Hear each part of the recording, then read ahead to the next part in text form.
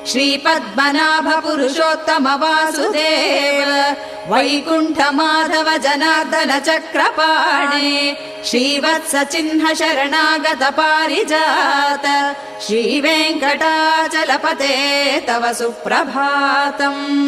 कन्दर्पदर्पहर सुन्दर दिव्यमूर्ते कान्ताकुचाम्बुरुह कुड्मललोल दृष्टे कल्याण निर्मल गुणाकर दिव्यकीर्ते श्रीवेङ्कटाचलपते तव सुप्रभातम्।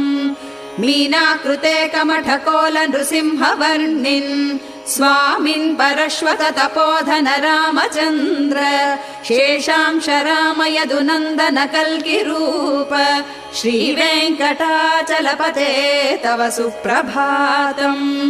येलालवङ्ग घनसार सुगन्धि तीर्थम् दिव्यम् वियत्सरसि हेम घटे